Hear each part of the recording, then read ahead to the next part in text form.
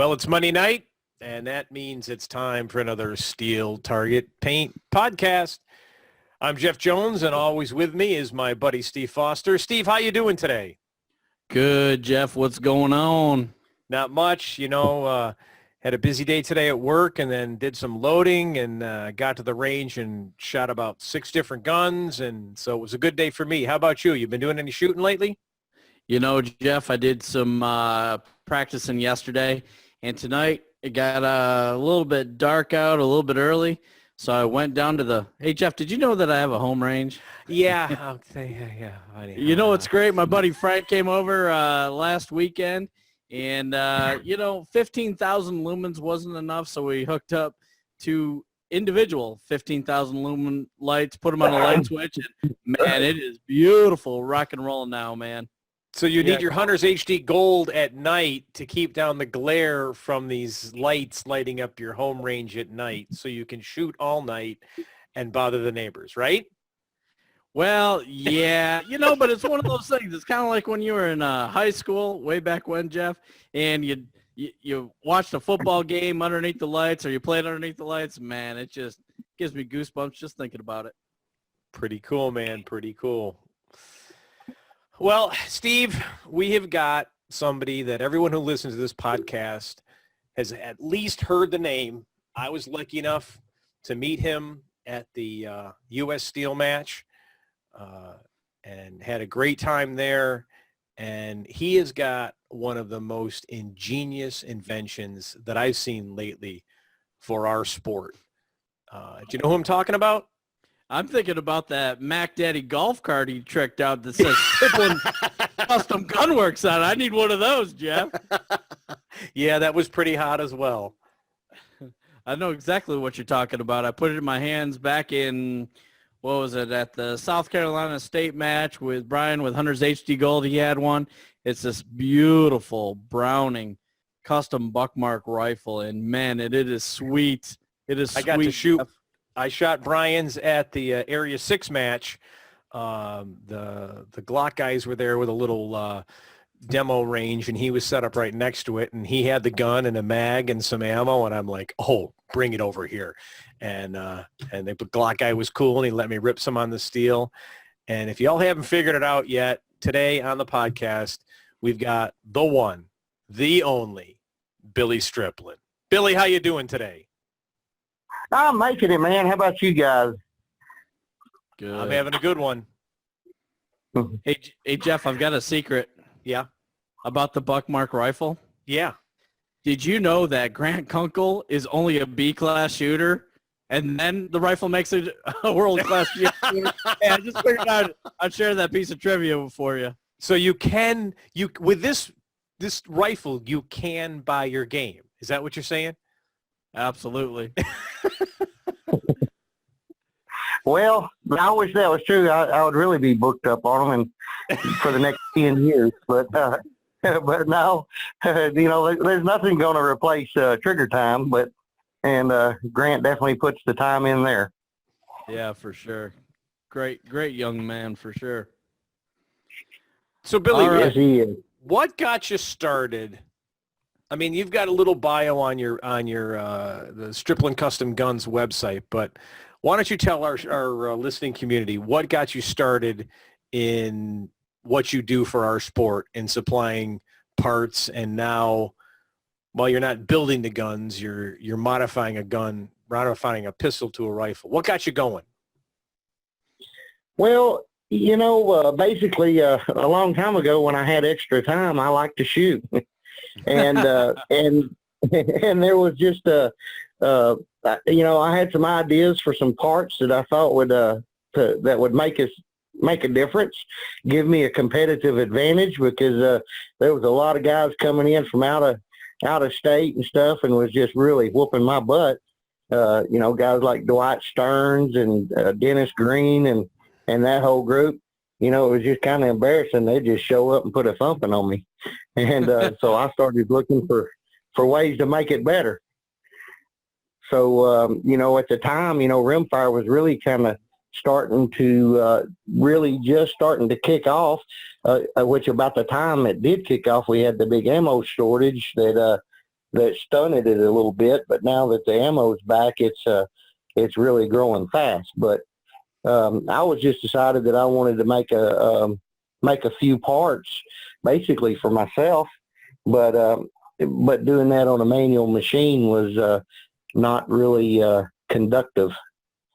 So I ended up, I went out and actually went to college and took some classes and learned how to design parts, and decided that I was just going to start making some, and it kind of took off from there. So are you a classically trained machinist, or did you get this training from school? Well, to the machining part of it, I've been a custom gunsmith for about 25 years, but everything I'd always done on manual machines. As far as, I had some machine knowledge, but whenever I went and bought my machine and put it in my shop, I had never actually seen a CNC machine run before. Okay.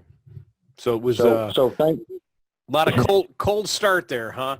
And that's cool. Oh, I still have a whole box of broken bits where I was learning. So Billy, what was the very first part that you made? And let's carry the conversation where you're at in terms of, now you've got some automated machines or concepts, and what was the first part that you made?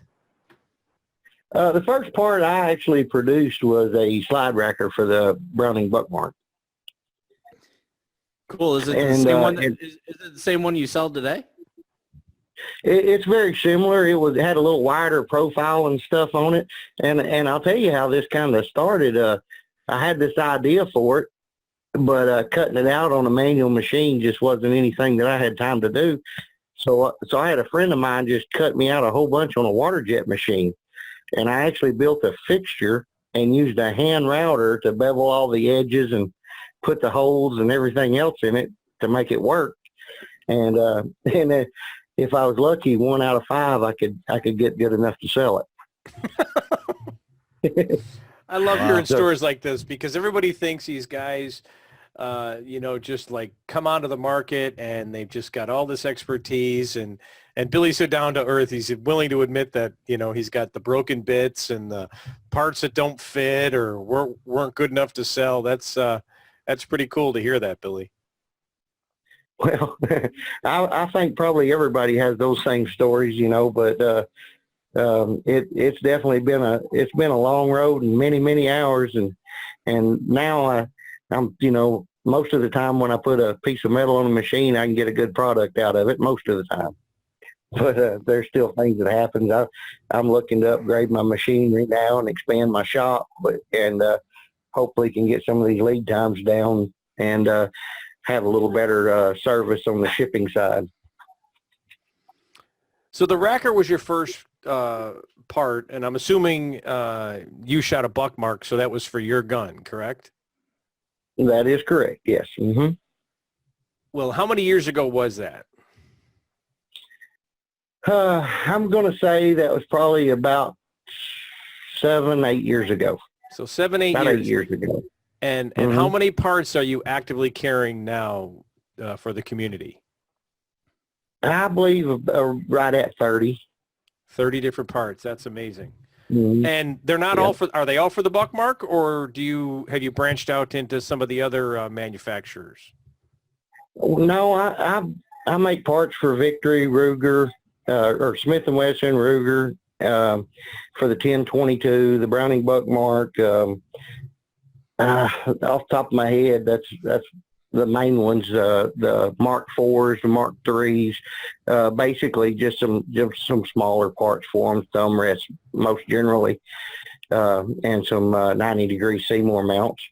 I've always felt, and I still feel that that 90-degree mount, getting that dot low, is a huge advantage for a shooter.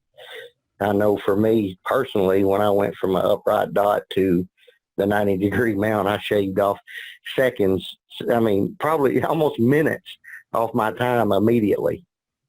Wow. Another billing for, you can buy your game, Steve. Hey, notice on Grant's pistol, that Seymour, it's sideways. Hey, That Billy. it is. Yes, it is. Billy, what's your most popular part that you sell?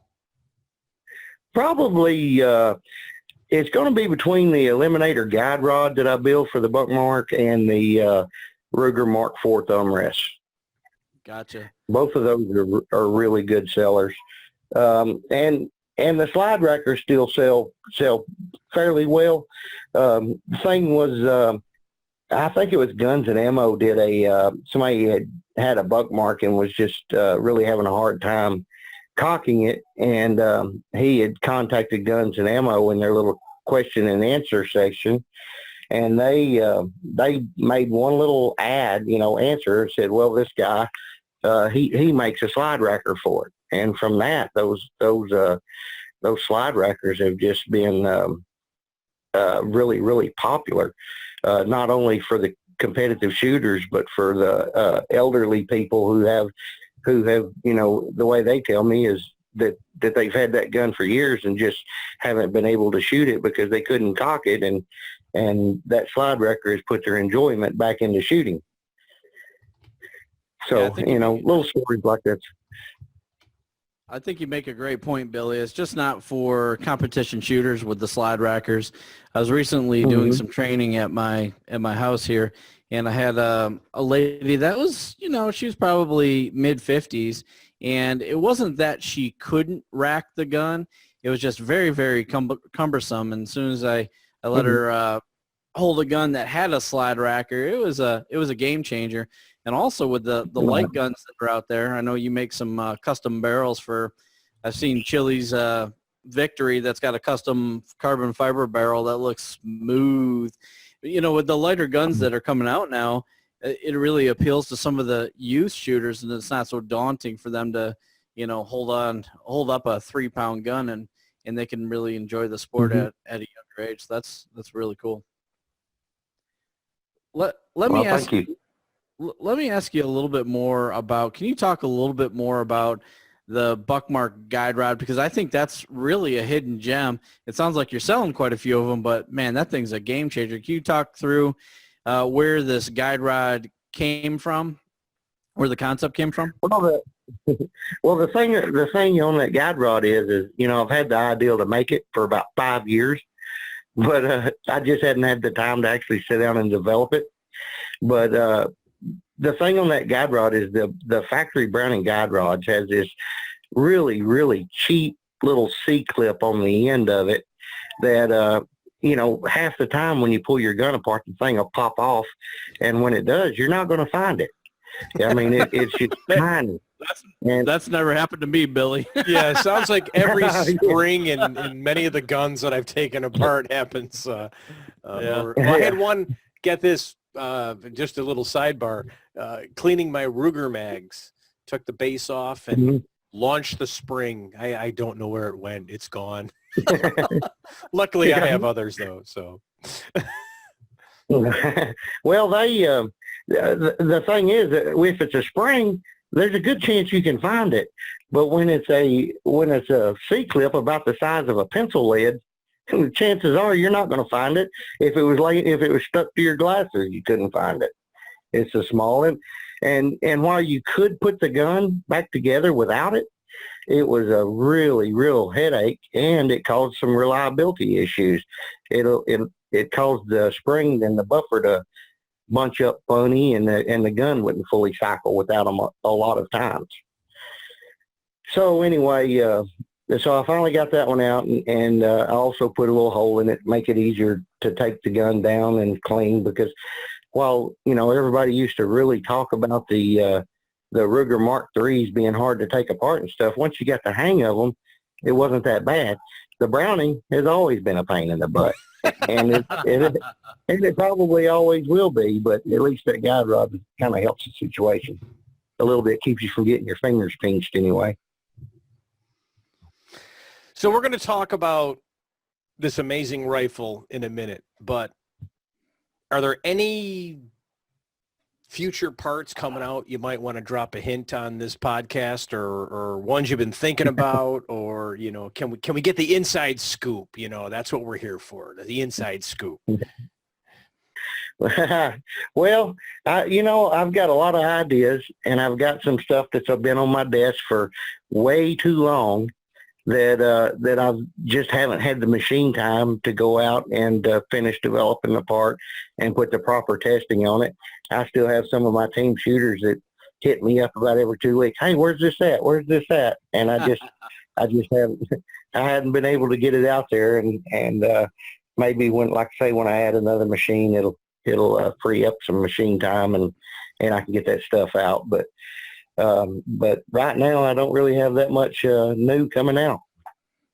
Hey, Jeff. Yeah. I was sworn to secrecy over a nice big fat ribeye. He's got a great idea that hopefully it makes it into production, and it's gonna be a game changer for the industry. So I told Billy that I wouldn't say a word, but man, there's gonna be some cool things coming out of Striplin Custom Gunworks for sure. Very cool. Very cool.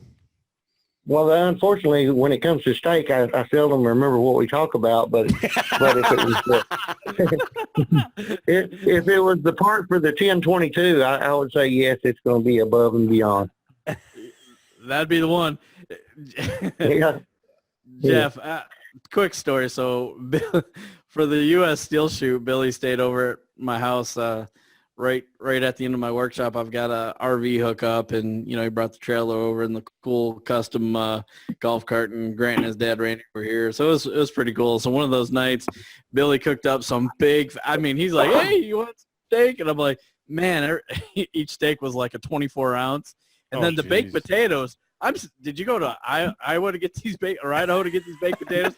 These baked potatoes are like 3.5 pounds. But anyway, I got into a food coma too, but I think John Hilsmeyer got into a food coma. That's a story for another time, isn't it, Billy? Hey,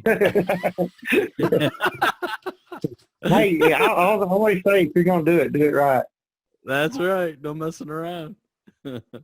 Too funny. So I got a quick one here. I was slacking on social media here this past weekend, and Jeff Chafin, he's the match director for the Lone Star Rimfire Challenge, him and Kurt. And he put an interesting post out there. He said that they had 143 total shooters. I think 141 of them for Striplin Custom Gunworks. But 101 of them were youth, junior, senior, or super senior. So that was really, really cool. Billy, can you talk us through a little bit about that match? And you guys you took home a lot of hardware. Well, yeah, the team did really good, but I tell you, Jeff and the crew down there, they did a fantastic job putting that match on. And I hate to admit it, but it's the first, after halfway through that match, I was like, man, I should have shot this, It's the first time I've been to a match in a long time that just really made me want to be a part of it. But what they did that was really, really phenomenal was the amount of youth shooters they brought in that had really never shot this type of match before. Everywhere you look, there was kids shooting and, young kids, teenage kids, and man, they did an amazing job on bringing that many in.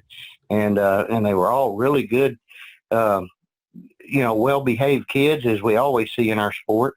But but some of them definitely got some potential. Man, they're going to, if they continue to develop, they're going to be fantastic shooters.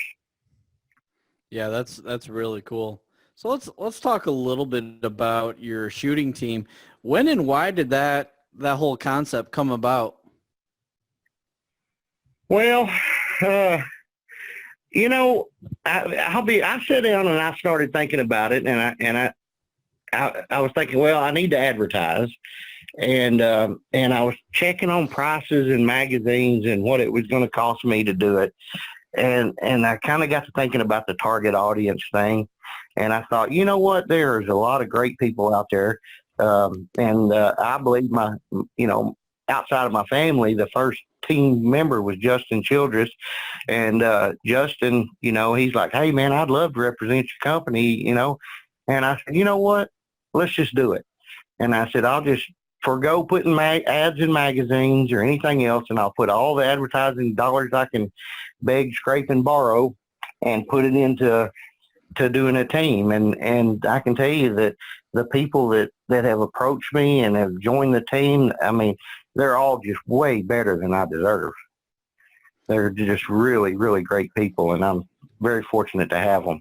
But Even I guess John, I've had I mean, come on. Yeah. Even Hilsmeyer? Yeah, when you can keep him from selling other people's cars and eating nachos, he does pretty good. He will find Bigfoot. I've heard. He's still looking. Yeah. Every time I go past a tree now, I'm looking for John. I figure he's hiding, stalking around somewhere. John, you know we're kidding. We love you, brother. Yeah. Yeah, but Billy, they are all good. We talked about this the last time we were together. I think you have assembled just an absolutely amazing team. You've got some of the best rimfire shooters in the country, maybe even in the world. But I would say anybody wearing a Striplin Custom Gunworks jersey is top notch. You got Ben and Chili over in that area of the country. You got April, Janet, Big Al. I guess he kind of came as baggage with April and Janet. You can tell Big Al that I said that. But you got. Well, I'm gonna be honest with you about Big Al. He promised me a fishing trip. That's how he got in there. But, that's all it took, right? Yeah. He said, "You want to go fishing?" I said, "Yeah." And he said, "Can I be on your team?" And I said, "Yeah." Yeah, me and the TK Supervan Mike Baker were always kidding around because it seems like I don't know, it's probably a year or so ago. Me and Mike Baker were at a match. I can't even remember where it was. Maybe it was a year and a half ago. It was funny. It was the last match at Cavern Cove. So I guess that would have been the 2017 World NSF match. We were he's like, Michael's like, "Oh my God, Billy's got all these great folks and blah, blah, blah, blah, blah." And you were walking over, I don't know whose jersey you were given to. I think it was Ben over in North Carolina. And Mike Baker looks at me, he's like, "What does that Billy do? Keep a bunch of jerseys in the trunk and finds anybody with a good score and starts throwing them at him?" So, but it's kind of, go ahead. Well, the thing about it is I when I'm picking people to be on the team, I almost never look at shooting performance. I look for personality and, people who are going to be good representatives of the sport, good representatives of my company, and good representatives of gun ownership, And so the finding that it's kind of rare. But when you come across people that can shoot like the people on my team do, that's just unheard of. I'm just really, really proud of them and the way they've represented me. So, but I wish I could put a jersey on everybody out there. I just can't afford to. Well, you've definitely assembled one heck of a team. We know a lot of them. We see them around. I was fortunate enough to shoot with Grant and to RO Grant at the U.S. Steel match, and that is one fine young man. Of course, he didn't get tired because, you had that wonderful golf cart, carrying all his stuff for him. So, that was a plus. Yeah. Well, I'll tell you the story on the golf cart. I was thinking, well, let's see. How can I be lazy and get a tax write-off? So I thought, hey, I got an idea. We'll just make a mobile banner. And this is why we love you, Billy. That was awesome. Yeah, Jeff, we're kidding about the golf cart, man. I got the best of Grant at the Georgia match, and you know what he didn't have? He didn't have the golf cart. There you go. So I came home to my wife after the U.S. Steel show. I said, "Honey, we got to get a golf cart." But you got to have a place to put your Diva fans, Steve. Yeah, you.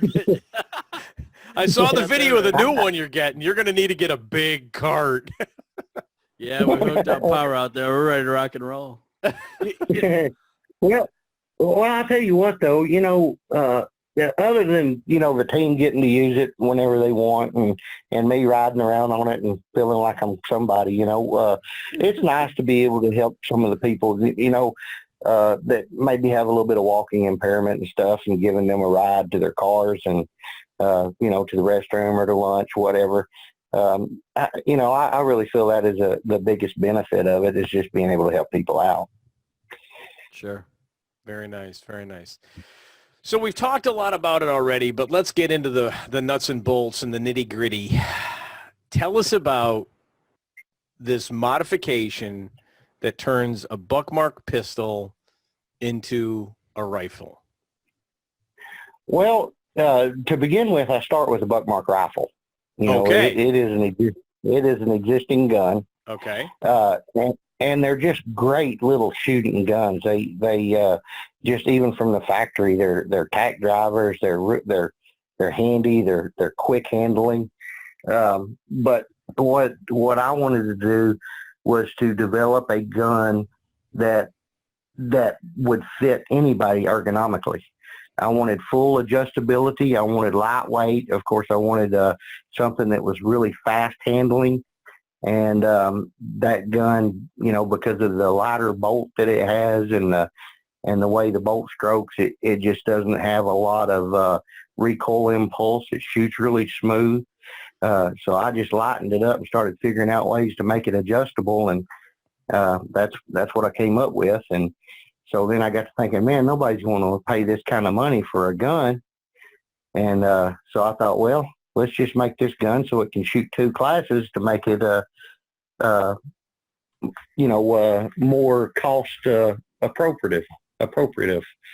But so what I've done is I have developed the sights and the red dot that comes on a quick detach mount, so that a person can shoot both classes. They can shoot open and limited with the same rifle.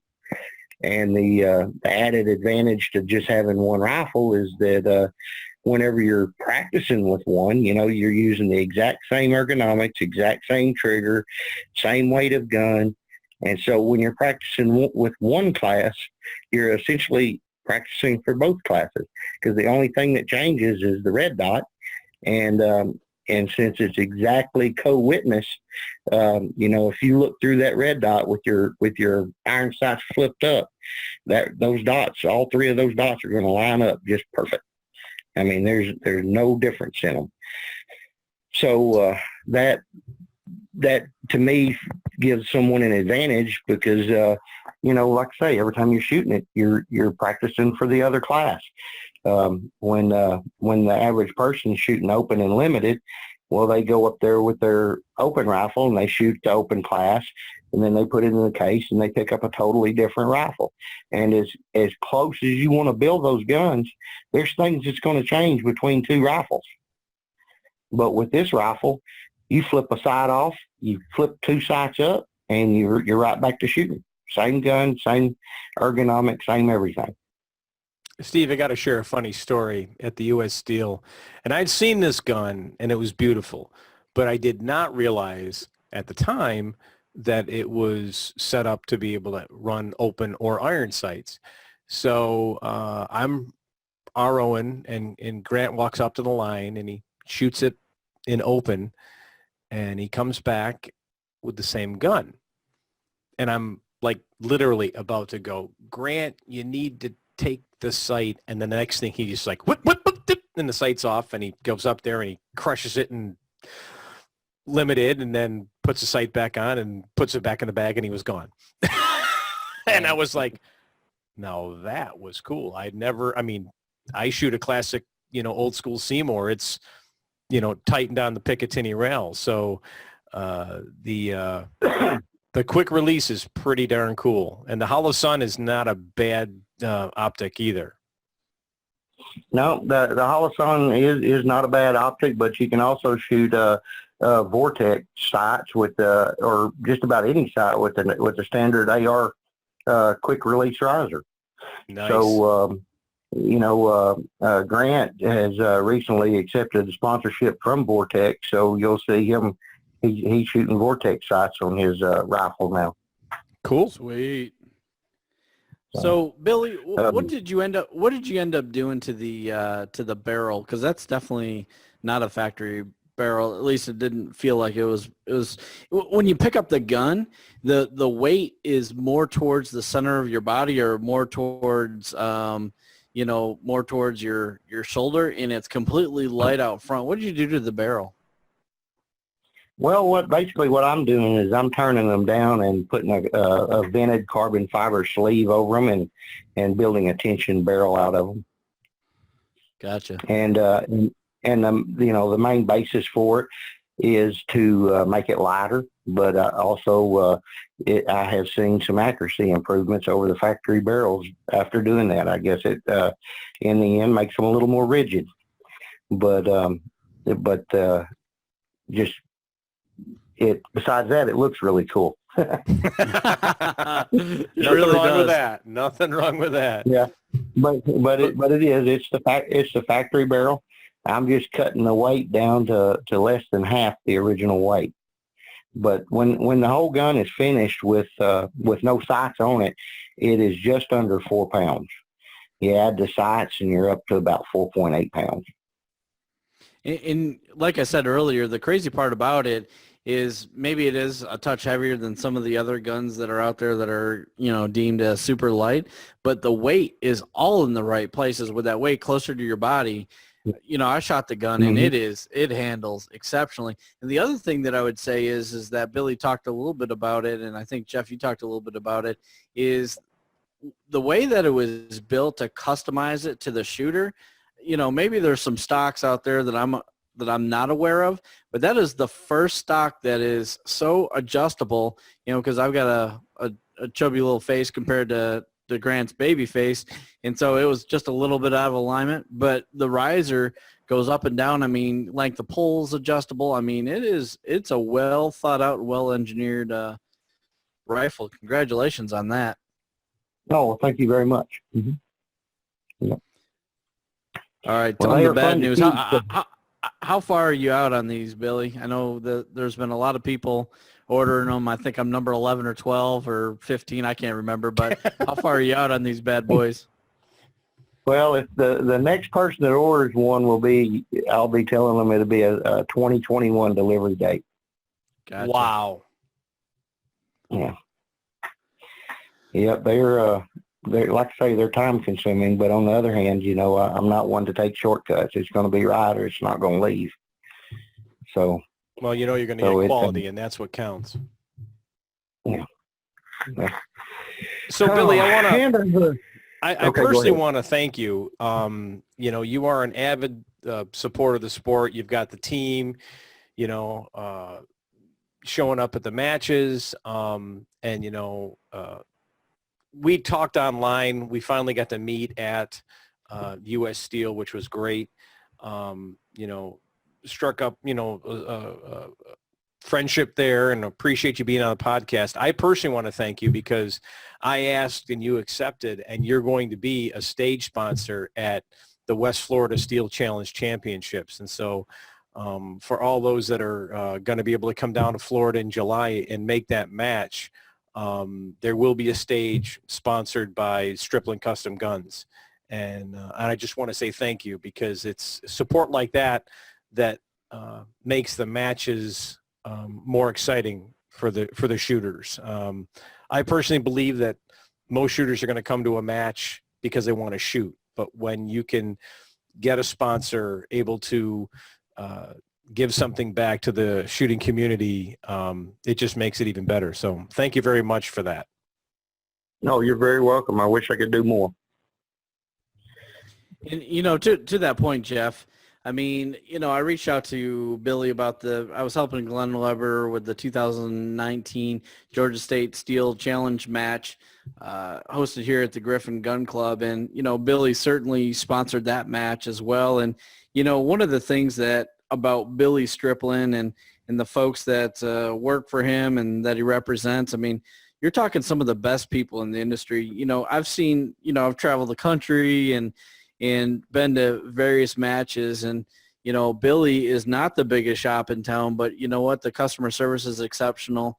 He sponsors a ton of matches, and we know as a small business owner how challenging that is, and also how challenging it is to say no. And so it's both noted, respected, and appreciated, Billy, for sure. Oh, well, thank you. I appreciate that. So what other gunsmithing guns and that type of stuff what's in your wheelhouse? What do you like working on?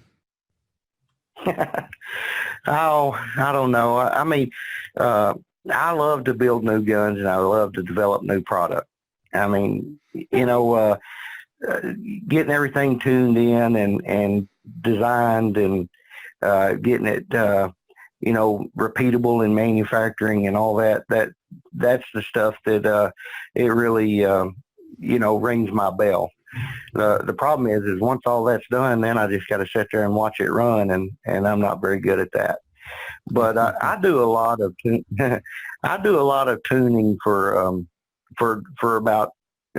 mini shooters. Mini shooters send me their guns to tune them up because they're having having some reliability issues and all that. And Ruger makes great rifles, Tactical Solutions, Volquartsen, all of them, they make phenomenal rifles, but, they build their rifles to be accurate. They build them to be, to be top quality and everything else. But there's things that can be done to them while, in a custom shop that just really smooths them out and helps the reliability of them. So I've been pretty successful with helping a lot of people with that's having some reliability issues in the 1022s and Ruger Mark IVs and Browning Buck Marks of getting them reliable, because reliability is extremely important. And I say that like everybody says, well, duh, but it's not just that one malfunction at that one stage, because, you get that 20-second run, it's going to get thrown out. But what it does to your confidence while you're shooting, that's going to stay with you throughout the match if you're worried whether your gun's going to go bang every time you pull the trigger. So it's very, very important for people to spend the time to maintain their guns and do everything they can. Shoot the right ammunition, keep the bore and the chamber clean, as well as the gun lubricated, so that it does go bang every time. And when you walk up to that stage, you're not worried about whether the gun's going to shoot. You're worried about how fast you can shoot it and how fast, what you can do with it. You worry about your performance and not the performance of the gun. To that point, Billy, you and I talked a little bit about this here, I don't know, a couple months or so ago. I was training, still am training a youth shooter that he is doing exceptionally well. But I don't know if it's been, 30, 50 rounds, it had a malfunction and whatnot. So I reached out to Billy, we sent him his gun, and he received that gun back probably 3 months ago. And I think he's put about 15, maybe 20,000 rounds through it without a single malfunction since it went to you, Billy. And, you're not he's not the first person, he's not the last person that I've sent 1022s your way. So I appreciate you helping those folks out. But it's an amazing service. And, I'm sure at another time, Billy can go through all the detail of what he does or what's the secret sauce. But, he's really got it figured out. So some of those pesky 1022s that you get from Walmart or some other company for, $199.99, send it to Billy. He'll put some loving in it, and it'll run like an absolute demon. Well, we always hope so. But, I have an advantage in the fact that I am a small shop. And because of that, the only thing I work on is, a few particular 22s. And, I get requests every day for somebody to send me a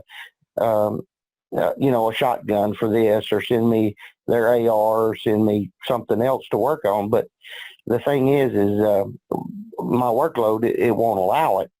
But being very specialized in the field that I work in, it gives me a lot of opportunity to become very knowledgeable of that product. So a lot of times when people can tell me what the gun's doing, by the time the gun gets here, I already know what the problem is. And it's, occasionally I don't fix it. It's pretty rare, I think, but in most cases I'm able to get the guns running like they expect them to run. The other thing is with that, I have a good relationship with Tandem Cross, Volcords, and Tactical Solutions, and I keep pretty much every part for those guns on hand. So when I do release that spring across the room, I already have another one right there to put in it. And if somebody brings me a Springfield XD, and I'm looking at it, and it's great to me because I don't work on them every day. I used to, but I certainly would never think I was as savvy as Springer Precision or somebody that's what they do. It's getting that focused knowledge that really helps me produce guns that do what they're supposed to do. Okay, so Steve, I'm going to test out this theory. So Billy, when I try to shoot as fast as Grant, I miss the plates. What's wrong with my gun? Well, what the problem is you have a separation between your thinking power and your running gear. And, that's the most politely I've ever heard that put, Jeff. Exactly. He's such a gentleman. Yeah. Yeah, that's my problem is when I try to reach Grant speed, my finger goes stupid. Oh, that's funny. That's funny.